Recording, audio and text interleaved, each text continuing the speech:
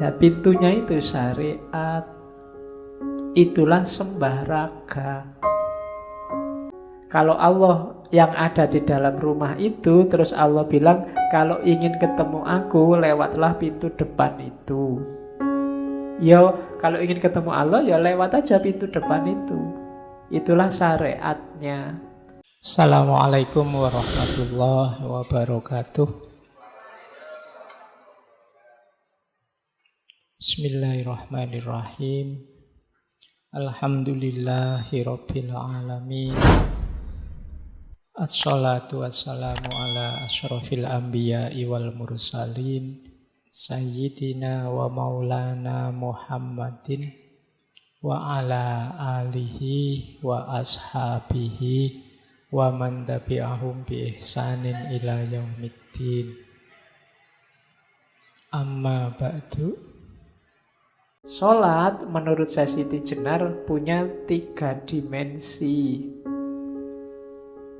Sholat syariat, sholat torekot, dan sholat hakikat. Dengan istilahnya sendiri. Sholat syariat itu yang sembah raga tadi. Iyalah, wong yo kendaraannya ini. Kalau nggak ada bukti aktivitas fisiknya, nanti tidak kelihatan kepatuhannya. Ya buktinya kita tunduk pada Allah itu ada sembah raga. Ya sholat lah, ya zakat lah. Jangan cuma diambil semangatnya. Pak, sholat itu kan doa Pak. Saya sudah berdoa tiap hari Pak. Sholat itu kan intinya ingat sama Allah Pak. Saya ingat terus Pak sama Allah. Jadi saya nggak perlu sholat. Kalau kamu ingat dan percaya sama Allah, Allah nyuruh kamu sholat. Kan gitu. Saya sering menganalogikan pintu dan rumah. Kalau Allah yang ada di dalam rumah itu, terus Allah bilang, kalau ingin ketemu aku, lewatlah pintu depan itu. Yo, kalau ingin ketemu Allah, ya lewat aja pintu depan itu. Itulah syariatnya. Tapi kan yang penting ingat Pak, nggak harus lewat pintu depan itu, yang penting ketemu kan bisa lewat jendela misalnya. Loh, iya lewat jendela mungkin kamu bisa ketemu Allah. Tapi mungkin Allah tidak berkenan, Allah sudah bilang lewat pintu. Ya pintunya itu syariat. Itulah sembah raga. Tapi memang sembah raga ini kalau nanti nggak masuk ke dimensi torekot dan hakikat, hasilnya memang olahraga. Cuma aktivitas fisik. Sholat bikin kita sehat, sholat bikin kita segar. Mungkin sampai itu aja. Aliran darah mengalir ke bawah, mungkin sampai itu aja. Hanya sembah raga. Syaratnya kesucian fisik. Ya pakai air.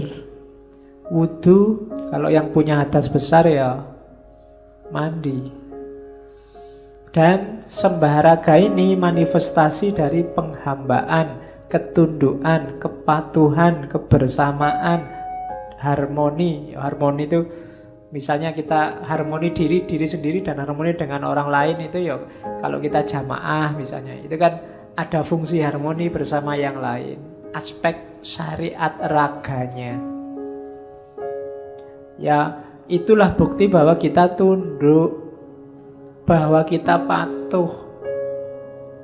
Nah, bukti resmi kita bahwa kita yakin Allah adalah Tuhan yang mengatur alam semesta dan kita percaya itu yang fisik. Kalau sholat ya sembah raganya. Tidak usah khawatir. Modenya sembah raga, modenya syariat itu keragaman. Jadi itu kalimatnya Siti Jenar, sholat 5 kali sehari, puji dan zikir itu adalah kebijaksanaan dalam hati menurut kehendak pribadi. Benar atau salah, pribadi sendiri yang akan menerima dengan segala keberanian yang dimiliki. Jadi sholat itu kan sembah raga tadi, itu kan semacam tata krama sopan santun yang diwajibkan oleh Allah pada kita. Dan dia beragam. Keragaman itu maksudnya setiap pribadi, setiap ulama, mungkin bahasa lainnya begitu, menafsirkan gaya sholat, cara sholat yang tidak seragam. Secara umum sih sama, tapi kan bagian-bagian tertentu ada yang beda loh. Itu keragaman. Syariat itu ternyata macam-macam kalau syariat. Ada yang takbiratul ihram pakai sendakep, ada yang tidak pakai sendakep. Wong sama-sama takbiratul ihram sendakep, aja yang di atas perut, ada yang di dada, kayak orang kena tembak itu, ada yang gini loh. Saya lihat ada loh yang Allahu Akbar itu gini. Sakit sekali dadanya kelihatan. Ya, ada yang dibawa udel, macam-macam. Ada yang memahami softnya harus rapat sampai kakinya diinjak. Saya sering begitu. Kaki diinjak kita minggir, dikejar lagi, minggir lagi, dikejar lagi. Ayo. Iya. Kamu sholat kok jadi perlombaan nginjek kaki. Jadi kan itu syariat. Macem-macem. Nggak usah kaget, memang modenya beragam. Nggak apa-apa. Setiap orang sholat sesuai kemantepannya masing-masing. Itu tadi makanya keyakinan hatinya masing-masing. Loh, orang yang yakinnya benar di dada atas tadi, kalau dipaksa sholat disuruh menurunkan sendakepnya, ya dia jadinya tidak khusyuk. Orang yang biasanya mepet sampai nginjek kaki, terus dia tidak bisa nginjek kaki, itu gelisah mesti sholatnya. Aduh, kapan dapat kaki ini ya biar sholatnya sah, kan mesti begitu. Jadi itu modenya syariat. Beragam, tidak masalah. Jalani aja sesuai kemantepan. Itulah karakter dunia fisik. Fisik macam-macam. Tasahud aja ada yang biasa, ada yang bergetar, ya kan? Itu cuma sekedar tasahud. Ada yang tidak berdiri sama sekali, lemas terus. Ada yang seru, macam-macam, coba aja kamu lirik. Jadi itu modenya orang sholat. Ya monggo, masing-masing mazhab punya aturan sendiri. Terus itu level sembah raga. Naik kelas dikit ada namanya sholat torekot atau sholat torek. Ada yang bilang torek itu bukan torekot, tapi dari kata-kata taroki. Taroki itu naik, lawannya tanazul. Tanazul itu turun. Ya monggo lah. Tapi istilahnya memang namanya sholat torek. Sholat torek ini sembah cipta. Jadi inilah dimensi batinnya sholat. Sholat yang tidak cuma olahraga. Kalau tadi yang jasmania bersucinya pakai air, yang ruhania bersucinya memerangi hawa nafsu. Kenapa banyak orang mengeluh susah sholat khusyuk? Karena belum bersuci. Masih penuh hasrat, penuh ambisi, penuh hawa nafsu, apalagi yang jelek-jelek. Konsentrasi mesti susah. Batinmu masih rame, urusannya masih banyak, urusan macam-macam, dunia ngantri di dalam sini semuanya. Susah sholat khusyuk. Lagi enak-enak sholat ini muncul semua satu demi satu. Saya pingin khusyuk, nggak pingin inget-inget ini, nggak pingin inget-inget ini. Yo, ketika nggak pingin itu muncul satu-satu. Saya lupa mendengar apa membaca di mana. Itulah antara lain makna gerakan takbiratul ihram yang mengangkat dua tangan sejajar pundak atau sejajar telinga. Itu semacam isyarat semua yang di luar hubungannya sama Allah minggir. Minggirlah. Begitu katanya. Itu simboliknya, tapi yang jelas perangi dulu hawa nafsumu. Ya susah khusyuk. Kenapa? Ada syarat bersucinya. Sebagaimana yang raga ada syarat bersucinya. Yang membantu sholat khusyuk adalah kalau kita paham yang kita baca dan kemudian kita jalankan dalam hidup yang sebenarnya apa yang kita baca. Kalau dalam iftitah misalnya kita membaca inna sholati wa nusuki wa mahyaya wa mamati lillahi robbil alamin.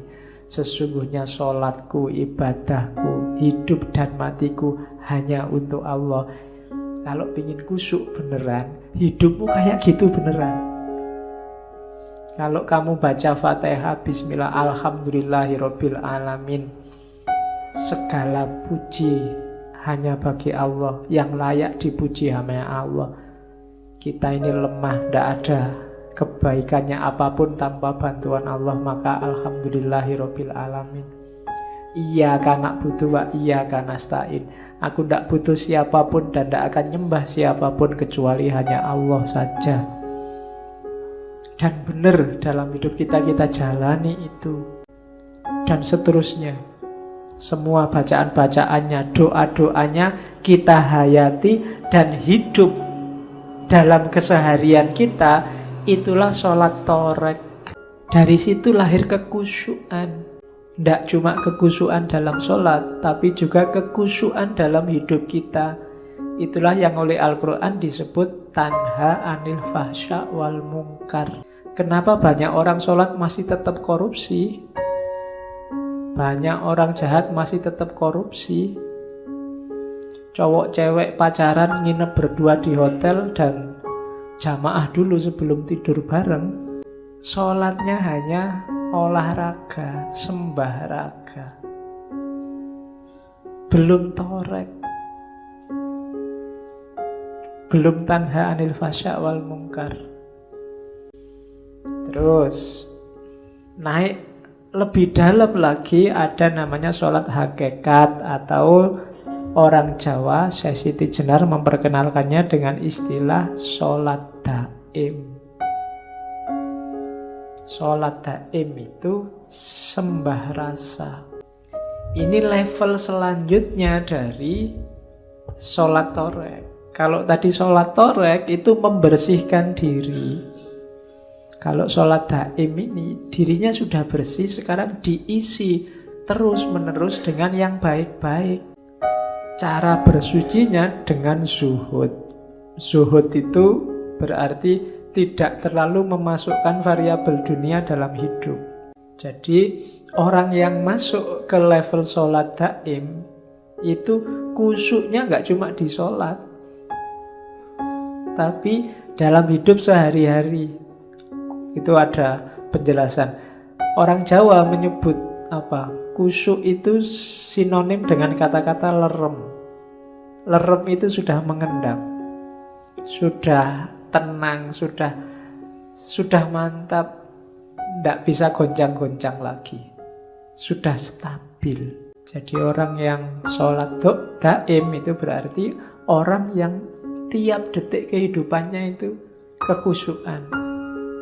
Bukan kok sholat terus menerus, bukan ndak syariat terus batinnya sholat terus, ndak.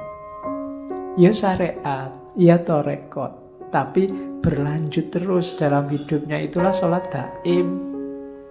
Kesadarannya selalu kesadaran Allah, ndak pernah putus.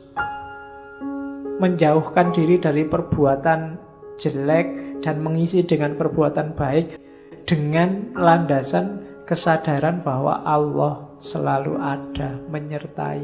Dasarnya tadi kan syahadat.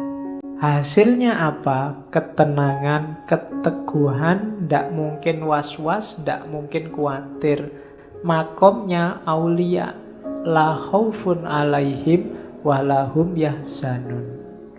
Kalau kita masih sering gelisah, masih sering was-was, sering khawatir oleh apapun, berarti belum masuk ke ranah sholat daim. Orang yang masuk ke makom sholat daim ini, day to day, detik per detik, hidupnya selalu bareng Allah. Namanya sembah rasa. Jadi rasa hidupnya, cita rasa hidupnya itu sudah cita rasa Allah. Itu namanya sholat daim. Kalau sholat daim, ndak berwaktu lagi sudah terus menerus. Inilah sholat yang dibawa dalam kehidupan nyata. Bukan sholat yang hanya di dalam masjid, keluar masjid kumat. Oke, untuk malam hari ini saya cukupkan sekian dulu.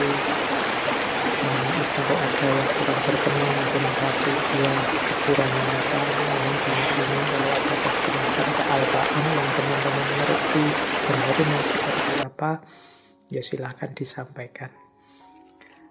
Kurang lebihnya mohon maaf. Wallahul muwaffiq, wallahu a'lam bissawab. Wassalamualaikum warahmatullahi wabarakatuh.